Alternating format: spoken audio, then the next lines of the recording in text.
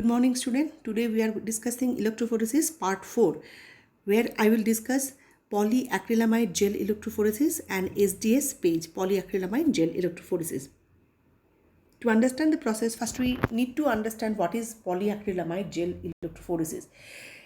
Page can be classified according to the separation condition into what is this? What are the separation condition?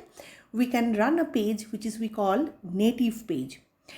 Can be denatured page, or we can also say SDS page. So denaturing agent, if we add, it can be urea added page, or it can be SDS added page. So that is another type of page, polyacrylamide gel electrophoresis. And the third category belongs to isoelectric focusing page. So let us see what is about the native page. Separation here based on charge, size and shape of the macromolecule. Generally we separate protein, native protein in their native structure, useful for separation and or purification of mixture of protein. This was the original mode of electrophoresis introduced in 1930s, and it also received Nobel Prize in 1948. Next one is denatured page or SDS page. Here separation is based upon the molecular weight of the protein if it is SDS page. The most common method for determining the molecular weight of a protein, very useful for checking the purity of protein samples. The third category is isoelectric focusing page. Here separation is based on PI, isoelectric point, not the molecular weight. Recently, it became very popular as a part of proteomics technique. Page can also be classified according to the physical shape of the gel. It can be a slab gel, which is very common, where we cast the gel in between two glass plates. Sorry. Or it can be also you can see that is also capillary tube also used for casting polyacrylamide gel. Now another type of physical shape and size of the gel is continuous gel or discontinuous gel. We will discuss when we will discuss SDS page what is stacked gel or gradient gel. Then come the another type, that is one-dimensional gel or two-dimensional gel electrophoresis. Now we will do the discussion on polyacrylamide gel electrophoresis. Polyacrylamide gels are much more fragile than the agarose gel. So agarose gel are tougher than polyacrylamide gel. Acrylamides monomers. Now how this polymerization takes place? This is the principle behind the polyacrylamide gel. You need to tell how the polymerization takes place. So acrylamide monomers polymerize into long chain that are covalently linked by a cross-linker. Polyacrylamide is chemically complex, as is the production of and the use of gel. Now we will see the reaction. What we are seeing in the blue color, that is the chemical structure of acrylamide. We generally mixed acrylamide with methylene bis acrylamide. This is the cross linker. The reaction we start with the help of APS, ammonium persulfate, and the entire thing is catalyzed by timid. Timid is N prime tetramethylene tetramethyl diamine. Again N prime tetramethylene diamine. So this is timid, and we need ammonium persulfate. Now timid catalyzes the decomposition of persulfate ion to give a free radical, that is a molecule with an unpaired electron. Now we can see this breaking of persulfate and production of an free radical. That reaction is catalyzed by timid, and then this free radical actually initiate the polymerization of acrylamide monomer. Acrylamide monomer is polymerized in a head to tail fashion into a long chain. You can see the blue color molecules. This is the acrylamide. They are started polymerizing, and occasionally a base acrylamide molecule is built into the growing chain. You can see in between two two polymer of acrylamide, a base acrylamide has been introduced, and thus introducing a second site for chain extension. This is actually the cross-linking takes place, and we can control this cross-link formation by controlling the amount of acrylamide is to bisacrylamide proportion. Here I want to mention 1-2 line. For separation of protein, the ratio of acrylamide and bisacrylamide is usually 40:1, while the DNA separation is 19:1. Such gels are suitable for high resolution separation of DNA and proteins across a large mass range. So this is the way we are actually using. But one more thing you need to remember, this is a free radical mediated reaction takes place. The entire thing can also be done with the help of instead of ammonium persulfate timid, we can use riboflavin, and in presence of UV light. Sometimes yellow light also can initiate, that's called photo activated polymerization takes place in presence of riboflavin. Now I want to tell you how the free radical helps this polymerization. That means this is the head to tail fashion linkage of acrylamide unit. If the free radical is represented by R star and capital M as an acrylamide monomer molecule, the polymerization can be represented as follow. Now you can see the free radical is R star reacting with M, producing another molecule Rm star. Now Rm star is again reacting with another acrylamide monomer and producing RMM star.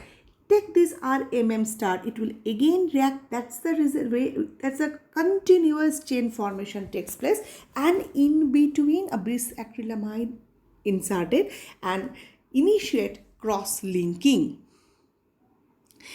Now preparing and pouring the gels, you need to definitely write down or draw the picture of instrumentation. So this is the principle of polymerization of acrylamide, bisacrylamide with the help of ammonium persulfate as well as timid, which actually catalyzes the entire process. Now determine pore size, adjust the total percentage of acrylamide, vary amount of crosslinker. That's the way we can change the porosity. Remove oxygen from the mixture. That means once you prepare this acrylamide bisacrylamide solution, before pouring the gel or before start polymerization, that means before adding APS as well as timid, you need to degas it, so there should not be any excess oxygen. Okay, initiate polymerization. After that you add APS and timid, that will initiate polymerization. The chemical method, so photochemical method can be also possible, but when you are using riboflavin instead of APS and timid. Now this is a typical structure of vertical polyacrylamide gel electrophoresis apparatus, where you are seeing the top chamber, buffer chamber, there is a bottom buffer chamber. Both the chambers are linked with two electrode, anode and cathodes, and in between two glass plate you have casted your gel with the proper comb, and because of the comb, the slots where you can load your sample been generated. Now we will discuss a little bit about the native gel. First we will start with native gel. Native gel polypeptide retains their higher order structure and often retain enzymatic activity and interaction with other polypeptides. So the beauty of doing the native gel electrophoresis is that we are keeping the protein, or if it is an enzyme, in its active form. We are not disturbing its structure. Migration of protein depends on many factors then, including its size, shape and the native charge. Remember, proteins actually constitute of many amino acids. They are having different charge molecule. Functional group based on the all charge molecule, protein acquire its own charge. Now native gel, we should not add any SDS, any reducing agent, dithiotretol. We are not using anything, you are not heating the sample, because heat also can cause the denaturation of the protein. Now prepare the gel and tank buffer solution without SDS. So the buffer should not contain any denaturing agent, and the sample before loading, nowhere we are adding any denaturing agent. And the gel trough should look like exactly this. Now, a little bit more about this polyacrylamide non-denaturing electrophoresis. The gel network formed by polyacrylamide is a suitable environment for the electrophoretic separation of proteins in their native state, that is, under non-denaturing condition.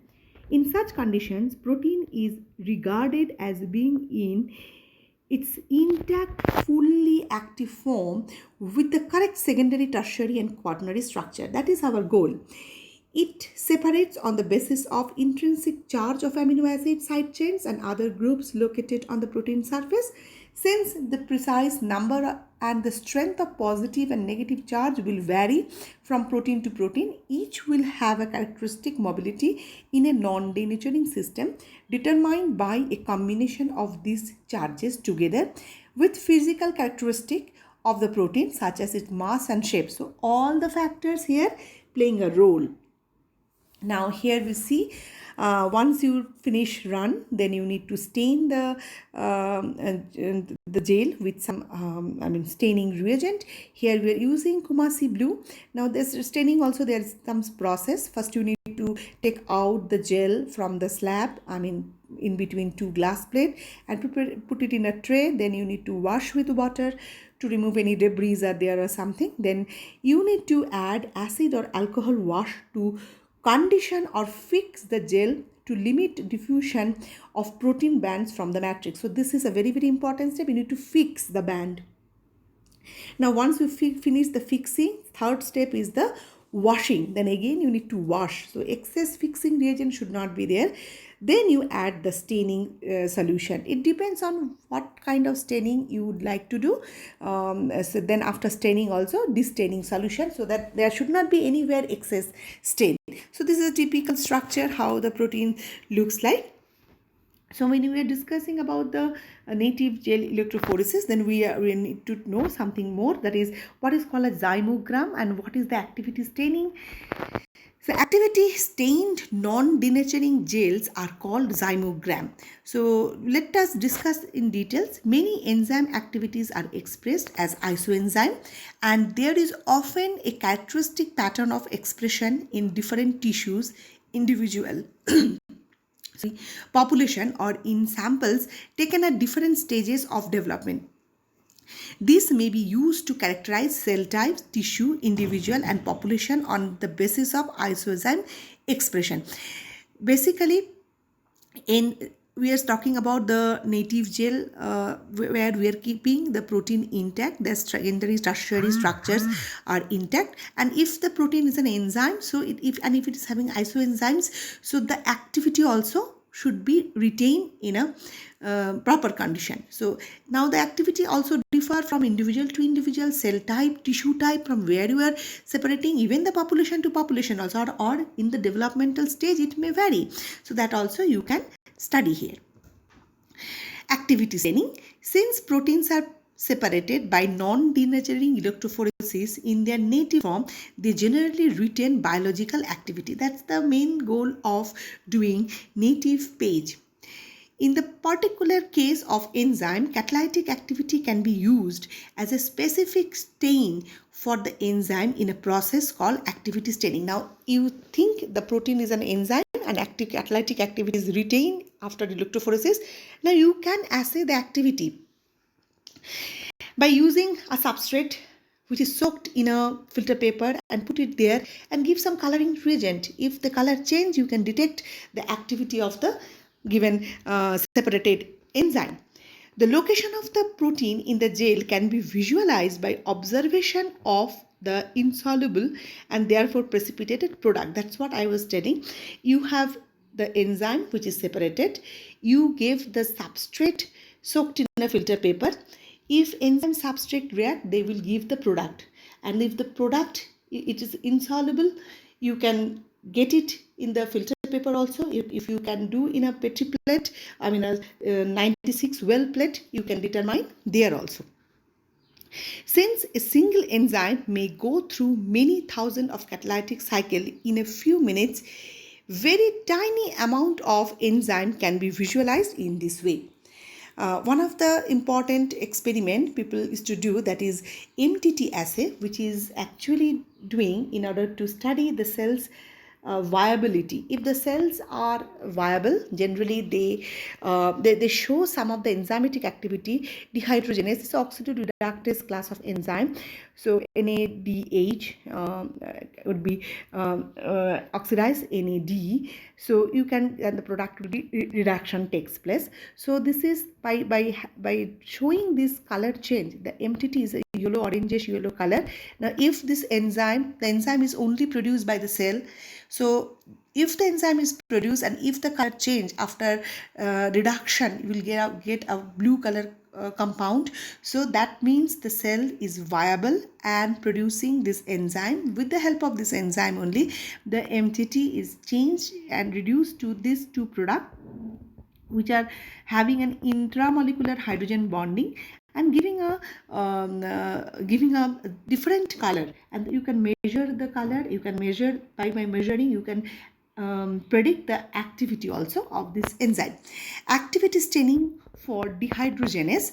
MTT is a tetrazolium salt which may be reduced a reaction catalyzed by dehydrogenase to an insoluble formazan product which has two resonance hybrid forms stabilized by an internal hydrogen bond, which is shown in the these two figure. So why this is a example of a zymogram? Because if this enzyme is only present if the cells are viable, and it can convert this molecule to this two product, and there is a distinct change in the color which can be measured colorimetrically and can be determined the activity of this particular enzyme. So with that, I am ending today's discussion. We will discuss in the next class what is SDS page.